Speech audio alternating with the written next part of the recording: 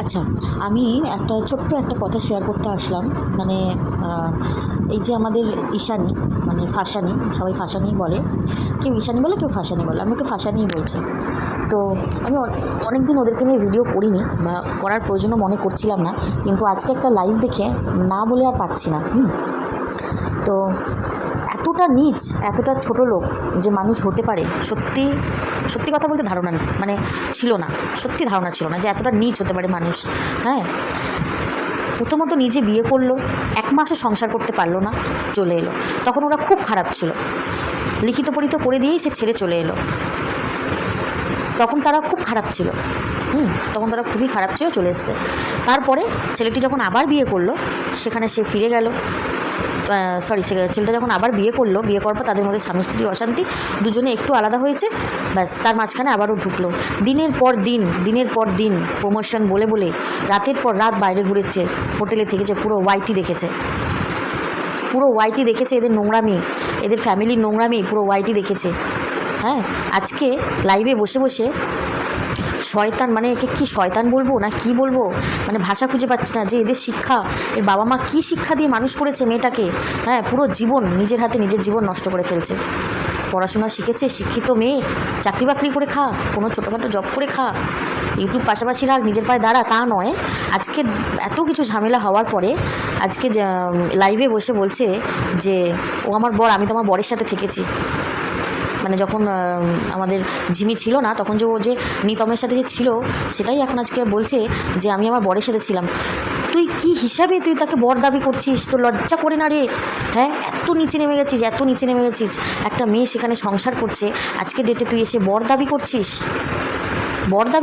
হ্যাঁ, এতটা ছোট লোক। আজকে লাইভে বসে পাশে একটা হিজড়াকে নিয়ে বসেছে, আর এক পাশে হিজড়াকে একটা বসিয়েছে, আর এক পাশে কী বলবো, আর ঢেমনিকে একটা পাশে বসিয়েছে, তার মাকে রেখেছে। মানে ও তো কিছু বলতে পারে না, সবাইকে নিয়ে বসে যাতে ওরা সবাই বলে। তোর যে চরিত্র কতটা খারাপ ওরা জানে? যে তুই 25 দিনের বিয়ে করেছিস, আর 45 দিনের বাচ্চাটা তোর পেটে ছিল, যাকে বর বলে দাবি করছিস, সেই তো পুরো ওয়াইটিতে বলেছে যে বাচ্চাটা ওর ছিল না, বাচ্চাটা 45 দিনের বাচ্চা, অন্য কারোর বাচ্চা। তোর যদি বুকের পাটা থাকে, তোর যদি সাহস থাকে, স্বীকার কর বাচ্চাটা কার। হ্যাঁ, আবার লোকের চরিত্র নিয়ে টানাটানি করিস। ঝিমির কথা বলিস যে ঝিমি আজকে এরকম, কালকে সেরকম, ওকে বদনাম করছে, সে তাকে বদনাম করছে। লোকের কথা ছাড়, নিজের কথা বল যে তোর যে 45 দিনের বাচ্চাটা ছিল, ওটা কার ছিল সেটা আগে প্রমাণ কর। তারপরে লোকের চরিত্র বিচার করতে আসবি, আগে নিজের চরিত্র বিচার কর। আজকে ডেটে এসে বলছিস বর ডাইনি, তোমাকে না একদম ছিঁড়ে টুকরো করে না কুকুরকে খাই দেওয়া উচিত। তোর মতন মেয়ে ছেলে যেখানে থাকবে, কোনো মেয়ে সংসার করতে পারবে না, তোর মতন সতীন যেখানে থাকবে, একদম টুকরো করে না কেটে টুকরো করে রাস্তায় কুকুরকে খাই দেওয়া উচিত তোর মতন মেয়ে ছেলেকে। বুঝেছিস? সুন্দরভাবে সরে গেছিস, নিজের মতন ঘুরছিস ফিরছিস, আনন্দ করছিস, সব কিছু ঠিক আছে, মুভ অন করে ফেলেছিস। একটা জব কর। কি অকাত আছে ওয়াইটি ছাড়া? তোর কিসের অকাত আছে? এত বড় বড় যে কথা লাইভে বসে বলছিস যে আমি আমার নিজের খরচা নিজে চালাই, নিজের খরচা নিজে বহন করতে পারি। এই তো ওয়াইটি ছাড়া তো আর কোনো ক্ষমতা নেই। যা কর, একটা ছোটোখাটো জব জোগাড় কর তো, দেখি তোর কত ক্ষমতা রয়েছে। হ্যাঁ, শুধু তো বলি শিক্ষিত, পড়াশোনা জানিস, যা একটা জব জোগাড় কর, কীরকম পারিস সেইটুকুও তো পারিস না। মা বাবা যে কীভাবে শিক্ষা দিয়েছে, কীভাবে যে মানুষ করেছে, বোঝা মুশকিল যে এতটা খারাপ শিক্ষা কোনো মা বাবা দিতে পারে। কিছু সময় তোর মা বাবাকে দেখে মনে হয় যে মা বাবা এরকম, কোনো মা বাবাই তার সন্তানকে খারাপ শিক্ষা দেয় না, কোনো মা বাবাই দেয় না। তোর মা বাবাও হয়তো তোকে এরকম খারাপ শিক্ষা দেয়নি। তুই এরকম খারাপ চরিত্রের মেয়ে, তুই নিজে এরকম হয়েছিস। একটা মেয়ে সংসার করছে, তাকে সংসার করতে দে। এখনও অবধি নিজের বর বলে দাবি করিস না, লোক তোকে বাড়িতে গিয়ে জুতো পেটা করবে রে, ছোটো লোক মেয়ে ছেলে। কী হিসাবে তুই দাবি করছিস যে তোর বর, আমি আমার বরের সাথে থেকেছি? তাহলে যদি বরই দাবি করেছিস, তাহলে ছেড়ে গেছিলিস কেন? 45 দিনের বাচ্চাটা কার ছিল সেই উত্তরগুলো দিবি। ছেড়ে গেছিলিস কেন? বর দাবি করছে, বর একদম স্যাঁটাই মেরে না, বর একদম পিছনে ঢুকিয়ে দেবো জানো। বর মানে জানিস কি? তোর চরিত্র যেভাবে মানে নিজের চরিত্র যেভাবে নিজে খারাপ করেছিস, নিজের বদনাম যেভাবে নিজে করেছিস, তোর না ভালো কোনো ছেলের সাথে বিয়ে হওয়া খুব মানে হবে কি না সন্দেহ। কোনো ভালো পরিবারের সাথে তোর বিয়ে হওয়া হবে কি না সন্দেহ। এরকম মেয়েকে কেউ নেবে না। আর অন্য লোকের সংসার ভাঙছিস না, একটা মেয়ে তার স্বামীর সাথে সংসার করছে, তারপরে যে বর বলে দাবি করছিস, তাকে আঘাত দিচ্ছিস, কষ্ট দিচ্ছিস, সংসারের মধ্যে দূর থেকেও মানে পিন মারছিস, দূর থেকেও একটা মেয়ে সংসার নষ্ট করছিস। একটা কথা জেনে রাখিস, তুইও একটা মেয়ে, তুইও সংসার করবি আজ কাল,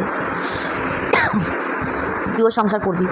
যে বলিস না যে এবার আর কোনো প্রেম ভালোবাসা নয়, এবার ডাইরেক্ট বিয়ে করব, তোর বিয়ে হবে। আর যদিও হয় যেখানে সংসার করতে যাবি না, তোর মতন ক্যারেক্টারের মেয়ে ওই 1 মাস পরে আবার ফিরে আসবে, বুঝেছিস? তোর হচ্ছে একজনে পোষায় না, তোর অনেকজনকে দরকার। আবার ওখান থেকে তুই ঘুরে আসবি। লাইভে বসে বসে একে গালাগালি দিচ্ছিস, তাকে গালাগালি দিচ্ছিস। গালাগালি মানে ওই কে থপ করে হাঁটে, হ্যাঁ, কার পিছন ভারী, এইসব লাইভে বসে বসে বলছিস।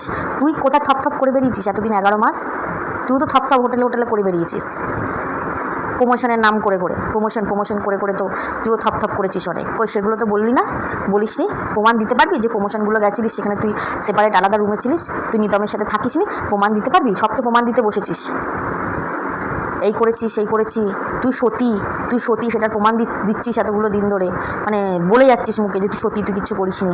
তো প্রমাণ দে তো, এতদিন যে প্রমোশন করতে গেছিলিস, আলাদা রুমে তুই ছিলিস, তুই নিতমের সাথে থাকিস নি, প্রমাণ দিতে পারবি?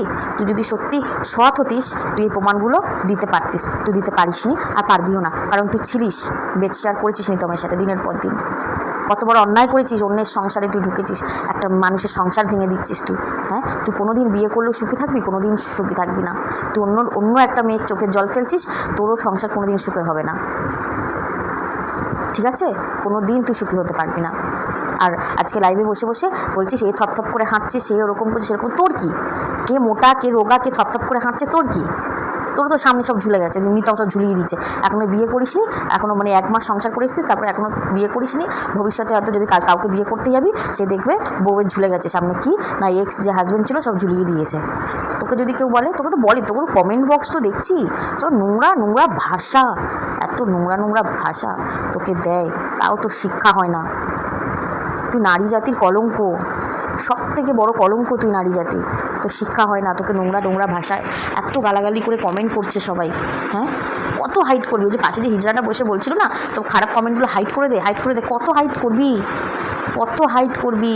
হ্যাঁ, তোকে হাজারো মানুষ তোকে গালাগালি করছে, নোংরা ভাষা গালাগালি করছে, কত হাইট করবি তুই? আর হিজড়া তোর পাশে বসে বসে বলছিল না, তোকে কি এতদিন কন্ট্রোভার্সি করে খেতে হয়েছে নাকি? তুই তো লাইফস্টাইল ব্লগ দিয়ে তুই তো ইনকাম করে খেয়েছিস, বলছিল না? তোর চ্যানেলটা ভালো করে একটু ওকে দেখাবি তো, যে তুই কন্ট্রোভার্সি করেছিস নাকি। তুই হচ্ছে সতী সাবিত্রী, ধোয়া তুলসী পাতা, তুই কিচ্ছু করিস না। তুই একদম মানে ধোয়া তুলসী পাতার থেকেও পবিত্র যদি কিছু হয়ে থাকিস, তুই হচ্ছে সেটা। তুই কন্ট্রোভার্সি করিস না, তুই কারোর সাথে শুস না, প্রীতমের সাথে শুস নি, একদম পবিত্র তুই একদম। না রে, হ্যাঁ, ঝাঁটা দিয়ে না একদম পুরো আগা 5 তলা খালি পেটাতে হবে, ঝাঁটা দিয়ে, বুঝেছিস? তোর মতন মেয়ে ছেলেকে তোর চ্যানেলটা সব থেকে আগে ওড়ানো দরকার। তুই নোংরা ছড়াচ্ছিস, তুই সমাজে নোংরা ছড়াচ্ছিস, অসভ্য একটি মেয়ে তুই, অসভ্য নোংরা জাতি তুই পুরো একদম। ঘরে তো মন বসে না, ঘরে একদম মন বসে না, ঘরে থাকলে ডিপ্রেশনে চলে যাচ্ছে, ডিপ্রেশন পিছনে মেরে না তোমার ডিপ্রেশন বার করে দিতে হবে, বুঝেছো?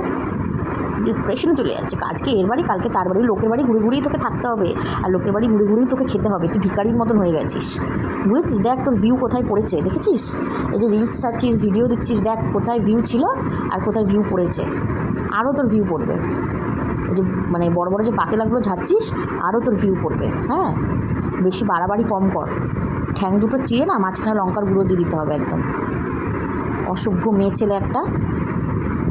তোর মা কত কুলাঙ্গার একটা সন্তান, তোকে জন্ম দিয়েছে, কি খেয়ে যে তোকে জন্ম দিয়েছে, এত নোংরা বেরিয়েছে, এত নোংরা মানসিকতার একটা মেয়ে বেরিয়েছে, কি খেয়ে তোকে জন্ম দিয়েছে? হ্যাঁ, কি খেয়ে তোকে জন্ম দিয়েছে? ছি ছি ছি, নিজে সুখে থাকবে না, হিংসা হিংসা, মনের মধ্যে হিংসা, ওরা দুজনে ভালো সংসার করছে, হিংসা। এতদিন তো তুই ভিডিও প্রাইভেট করিসনি, আর যখন নিতম বলে দিয়েছে তোর ভিডিও প্রাইভেট করবে, এখন বলছিস যে ভিডিও প্রাইভেট করে দেবে, একসাথে তো করতে পারবো না, অ্যাকাউন্টের প্রবলেম হবে, একটা করে করবো, একটা করে ভিডিও। হ্যাঁ কর, ডিলিট কর, ডিলিট। নিতম তো বলেছে ভিডিও প্রাইভেট না, ডিলিট করে দেবে, তুই ডিলিট কর তোর ক্ষমতা থাকলে। ওই নাম বেচেই খেতে হবে নিতমের, বুঝেছিস? রক্ষিতা ডাইনি একটা। তোকে না ন্যাড়া করে মুখে চুনকালি মাখিয়ে গলায় একটা জুতোর মালা দিয়ে তোকে পুরো কালনা ঘোরাতে হবে, পুরো কালনা ঘুরিয়ে তোকেই করতে হবে। অসভ্য, ঝাঁটা পিটা করবো, ঝাঁটা পিটা। সংসারে দিয়ে ওদের সংসারের দিকে এত চোখ তুলে তাকাবি, ঝাঁটা দিয়ে বাড়িতে গিয়ে পিটিয়ে আসবো। একটা ইউটিউবের একটা দল সবাই মিলে একজোট হয়ে তোকে ঝাঁটা দিয়ে বাড়িতে ন্যাড়া করে তোর চুলের মুঠি ধরে টেনে বাইরে নিয়ে এসে না, চুলের মুঠি ধরে একদম পুরো ন্যাড়া করে দিয়ে একদম পুরো মুখের মধ্যে চুন কালি মাখিয়ে না, গায়ে গলায় হচ্ছে ওই জুতোর মালা পরিয়ে না একদম পুরো কালনা ঘুরিয়ে দিয়ে আসবো। অসভ্য মেয়ে একটা। পেটের মধ্যে কোনো দিন যদি কোনো মানে গ্রুপ যদি তোর বাড়িতে ঝামেলা করতে যায়, সত্যি বলছি সেখানে আমি সামিল থাকবোই। চুলের মুঠি ধরে টেনে নিয়ে যা, ক্যাপ ক্যাপ করে পেটের মধ্যে দুটো লাথি মারবো, একদম হাগা বেরিয়ে যাবে পিছন দিয়ে। লোকের সংসার ভাঙা, হ্যাঁ? আর আমি মেয়ে ছেলে, লোকের সংসার ভাঙা।